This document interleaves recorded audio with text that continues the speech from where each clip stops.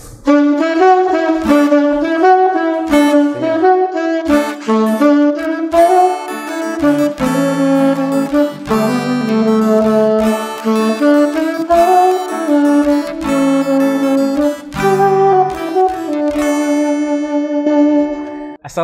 warahmatullahi wabarakatuh. Selamat sore teman-teman semua pemirsa YouTube Media NU Kabupaten Tasikmalaya. Sore kali ini kita kembali lagi di program Ngabuburit. Pada kesempatan kali ini kita kedatangan teman-teman dari komunitas Pulung. Nah, dari sebelah sana pemain saksofon yang tadi bernyanyi. Ada Muhammad Azkia atau sering dipanggil dengan Jaki. Lalu pemain gitar Norman Muhammad Habib, sering dipanggil Norman. Lalu ada Muhammad Torik Aziz. Lalu ada Agim Abdul Hakim dan ada Muhammad Hagi. Dan saya sendiri sebagai host Diwan Masnawi. Pada sore kali ini kita akan ngobrolin tentang bagaimana sih perasaan kalian atau mungkin impresi kesan-kesan kalian ketika kalian akan menghadapi Ramadan. Karena bagi saya sendiri ya, Ramadan itu adalah sebuah bulan yang benar-benar berbeda dengan bulan-bulan lainnya. 11 bulan lainnya itu terasa sama mungkin, dan 1 bulan khusus ini terasa berbeda bagi saya. Karena habit saya itu bisa dengan mudah dipaksa berubah. Saya punya banyak problem dengan habit. Saya membaca buku Atomic Habit James Clear. Itu bagaimana gitu ya kita merubah habit dan menjadi sukses. Tapi saya sering gagal gitu menghadapi habit. Beda dengan bulan Ramadan. Bulan Ramadan dengan begitu gampang dan begitu cepat merubah habit saya. Nah, itu kesan pertama saya ya. Nanti mungkin kalian akan bisa panjang lebar lagi. Jadi saya pada kesempatan sore ini ingin mendengar bagaimana cerita-cerita kalian dalam menghadapi bulan Ramadan, bulan suci Ramadan. Mungkin bisa dimulai dari Muhammad Hagi. Cep tarik dulu mungkin. Cep. Oke, dari tarik. Kalau dari saya sendiri kan, saya mungkin latar belakang dari pesantren gitu kan. Jadi saat akan menghadapi bulan Ramadan itu pasti ada kayak mungkin istilah santinya itu nyadran gitu, jatuh dulu gitu. Terus ada munggahan, jadi ada emang perbedaan lah gitu.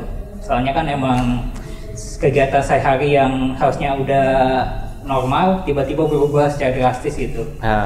Ya apalagi kalau dulu mungkin ya saat saya masih kecil tuh mungkin paksaan yang paling bisa mengubah saya itu karena buku kecil itu, buku catatan Ramadan. Oh ya, yang sering dikasih sama guru SD ya. Ya itu kadang-kadang dalam hati itu kesel gitu. Soalnya yang paling memaksa itu kan Ramadannya, tapi buku itu loh. Soalnya saat kita tidak mengisi itu rasa gimana gitu kan. Oh, jadi di-drive sama administrasi yang dikirim oleh guru. Ya, itu malah yang harus ada tanda tangan dari Imam Taraweh gitu kan. Okay. Apalagi yang paling membuat saya agak kurang itu tuh ini sih kuliah subuh gitu. Soalnya kan emang jadwal tidur kita kan otomatis berkurang gitu kan. Apalagi dalam pesantren kan waktu istirahat tidur itu sangat dikit lah gitu kan, benar-benar minimal. Kadang juga malah jadi lebih banyak tidur sih. Enggak, kalau itu kan ada keterpaksaan di pesantren. Gitu. Mungkin yang lain gimana ya? Oh jadi kalau Torik itu berarti kembali lagi ke masa lalu, masa kecil gitu ya. Ada bayangan-bayangan gitu ya ketika menghadapi Ramadan. Soalnya kan untuk bulan Ramadan 2 tahun ini ya terasa sama karena mungkin ada pandemi jadi berkurang lah rasa ininya. Tapi yang paling berkesan itu yang masih kecil karena emang banyak sekali atmosfer yang kekhasannya, kekhususannya gitu di Ramadan itu. Iya, setuju. Terus saya akan beralih lagi ya. Gimana Hagi? Ya tadi juga Cep Torik bilang ada ingatan-ingatan masa lalu terkait ketika kita hendak memasuki bulan Ramadan gitu. Saya waktu kecil juga sering sama nenek sering sama kakek gitu. Dan sebelum bulan puasa tuh seminggu lah atau 2 minggu atmosfernya tuh udah mulai terasa gitu ya. Kalau bahasa Sundanya reus gitu. Reus, bedanya. Reus, beda gitu. Namun setelah saya perkelana pergi jauh gitu ya, terus nenek saya udah meninggal, otomatis otomatis lingkungan berubah gitu. sesuai dengan sesuai dengan perubahan zaman gitu, modern gitulah. Nah kebetulan saya juga merasakan yang mengalami gitu waktu di Jogja ketika memasuki bulan Ramadan tuh ada tradisi model nyadran gitu ya.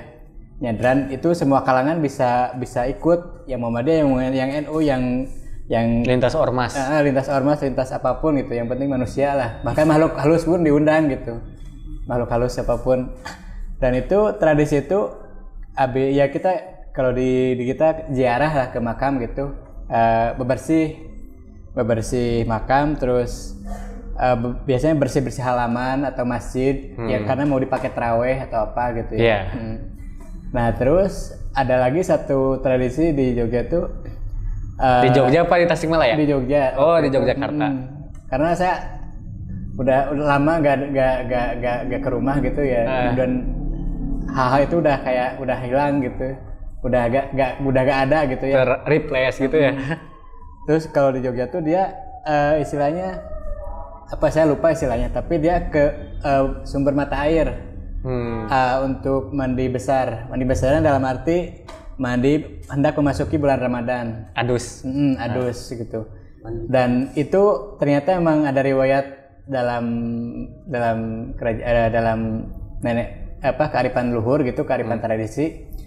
Itu untuk membasuh segala kotoran yang ada di dalam pikiran, dalam hati katanya. Mandi di sungai gitu ya. Bagusnya di sumber mata air, kalau di Merapi di Kali Kuning atau di mana gitu. Dan jadi ritual adus itu tuh gitu. Secara maknanya itu adalah menghapus atau mensucikan kita dari dosa-dosa untuk menghadapi bulan Ramadan.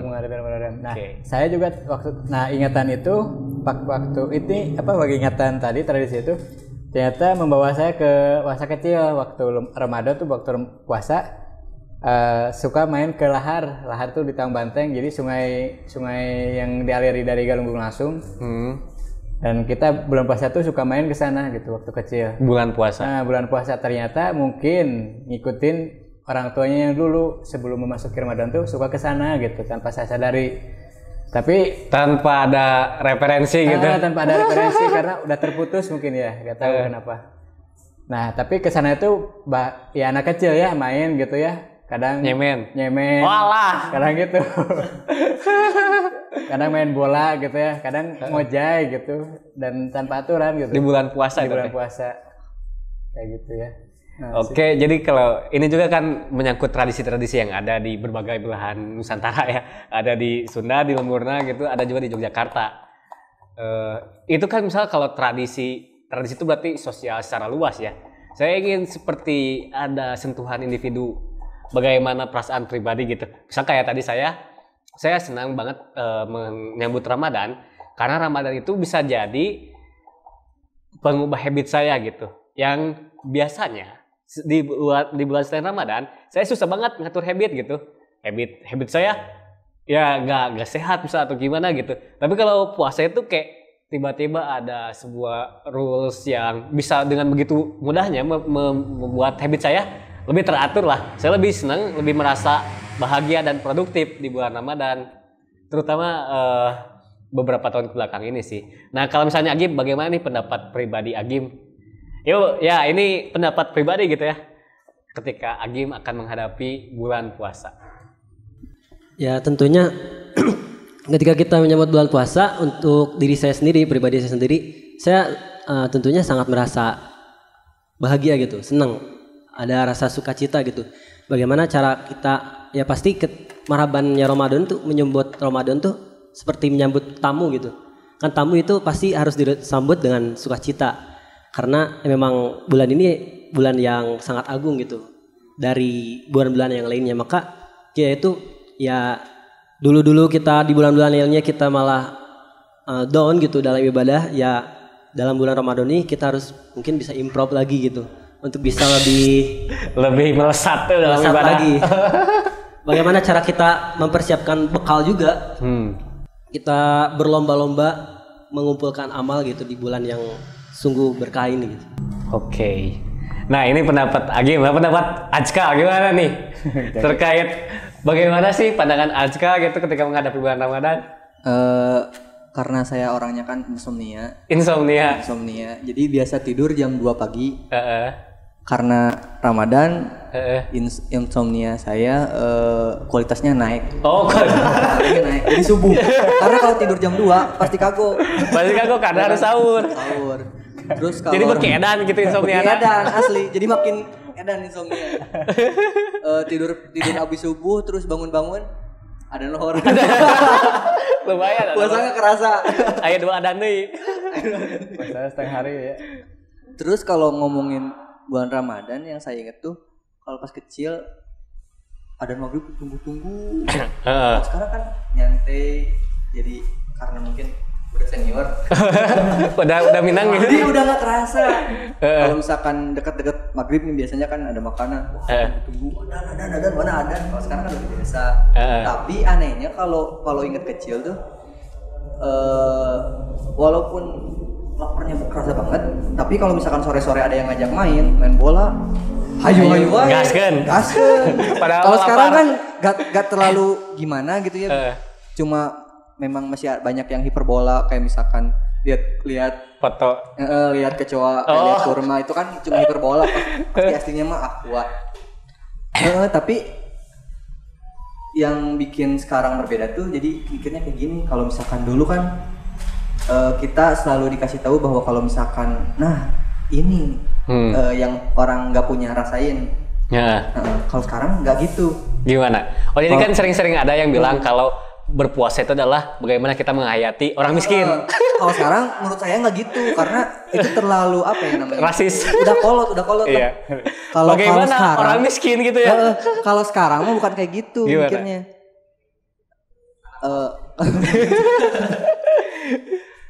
Cik Sunda namanya urang mah lapar oge maghrib menghidar. Nu lain can tentu tah itu nama mikirna. Jadi kan emang banyak ya kayak ustad atau mungkin quotes gitu yang mengatakan bahwa kita berpuasa itu adalah kita berusaha menghayati atau merasakan bagaimana rasanya orang-orang yang lapar, bagaimana rasanya menjadi orang miskin. Tapi pikiran itu aneh banget sih. Kurang setuju aku sebenarnya. Karena kok bisa sih menstandarkan, karena kalimat itu ditujukan langsung kepada orang kaya berarti kan ya. Orang kaya yang gak pernah ngerasain kemiskinan, yang gak pernah ngerasain kelaparan. Let's say seperti itu. Berarti kumaha atuh orang miskin kan? Itu diakomodasi ku kata-kata eta. Aing mah tiba lagi lapar gitu. Mana ya mah mungkin maghrib bakal manggih sangu. Kan anu orang miskin gitu atau fakir cantang tuh mangihan dahar maghrib kumaha jang normen. Emang nggak terlalu nyambung sih kalau kami analogikan kayak gitu kan. Karena kan puasa itu kan hal yang positif gitu kan disandingkan dengan hal-hal yang mana itu tuh kan bukan negatif lah istilahnya, nggak bagus gitu kan, nggak secara umum sama gitu orang itu. Jadi nggak bisa disandingkan sebenarnya, cuman bisa diambil poinnya juga sebagai orang itu. Jika kita ngeras bersimpati lah terhadap orang-orang. Bersimpati doang. Boleh. Bentar. Tapi kita harus lihat dulu teks dan konteks. Pasti si penceramah itu ngomongnya di lingkaran. Gak mungkin galangan gembel kan? Tidak mungkin. Pasti kan? I see. Ya, seperti kecuali di TV nasional itu pasti rada menyinggung sih. Publik yang luas kan. Kan kalau misalkan di sebuah majelis pasti segmented. Dia juga tahu mustaminya siapa. Apalagi kalau misalkan mustaminya emang crazy rich lah. Karena aku masih bingung sih sama misalnya kamu tuh harus bersyukur, kamu masih bisa makan, kamu masih punya baju. Jadi kita tuh harus melihat ke bawah agar kita bersyukur. Jadi kayak ngerasa alhamdulillah orang mah tesaripuh maneh. Tapi orang ngerasa eta enggak apa ya?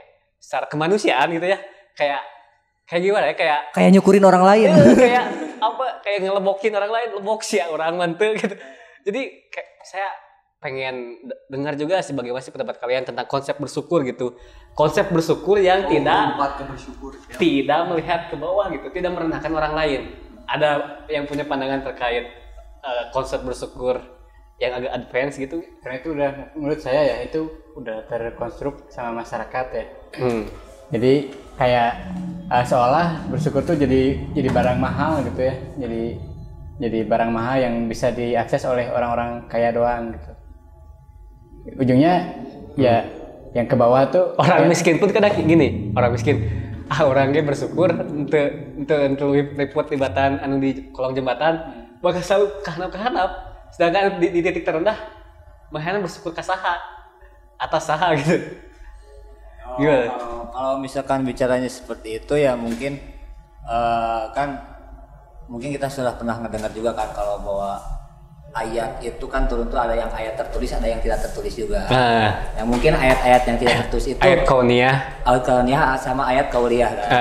Kauniyah itu kan yang mana yang ada di masyarakat itu sendiri kan, seperti fenomena-fenomena seperti itu jadi pelajaran buat kita gimana caranya kita bersyukur gitu kan. Mungkin seperti itu. Lalu kenapa yang pertanyaan tadi jadi saya kenapa bersyukur itu harus melihat ke bawah gitu kan? Jadi kan kenapa bersyukur itu harus melihat ke bawah? Yang tidak secara langsung itu merendahkan atau menganggap rendah orang lain, gitu gak sih? Kalau bicara menganggap sih, menurut saya sih enggak menganggap. Tapi alam bawah sadar. Tapi ya kita bukan menganggap tuh bukan menganggap untuk semua orang gitu, cuman buat diri kita sendiri gitu. Karena tuh kita sendiri yang menganggap gitu. Enggak secara menyeluruh gitu. Oke. Enggak misalkan saya menganggap dia miskin, belum tentu orang lain menganggap dia miskin gitu kan. Untuk gitu. Ya karena di bulan Ramadan ini ya terutama di negara kita persaingan sosial itu menjadi ketat. Misalnya ada reunian bukber sama teman-teman sekolah. Anjir, pamer, pakai mobil. Iya, pakai blade. Kan nanti dikatain gitu. Ya elah lo masih pakai blade gitu kan. Terus jadi saya rasa bulan Ramadan ini jadi bulan gengsi gitu. Misalnya teman-teman berbuka, kadang bikin snapgram, sekarang ada sosmed kan. Bikin snapgram makanan-makanan mewah dibuka, jadi hidangan buka puasanya. Pret. Sedangkan yang lain belum tentu nemu itu kan. Terus orang-orang yang nggak punya akses ke makanan mewah itu melihat status dia di sosmed, terus pasti ngerasa ada efek-efek samping. Mungkin insecure, mungkin ngerasa anjir kayaknya enak apa gitu. Kayak akan banyak rintangan gitu ya karena apalagi nanti di Lebaran. Belum aja dibanding-bandingin sama tetangga kan, belum aja disandingin sama baju kamu lebih bagus apa enggak. Jadi kayak saya ngerasa bahwa bulan Ramadan itu di luar segala hal lainnya yang tadi dalam tataran sosialnya itu selalu riskan, selalu berbahaya secara ini sih mental. Bagaimana sih pendapat Ceptorik atau Agim? Ada yang mau bicara? Ya apa ya, emang salah satu mungkin kekurangan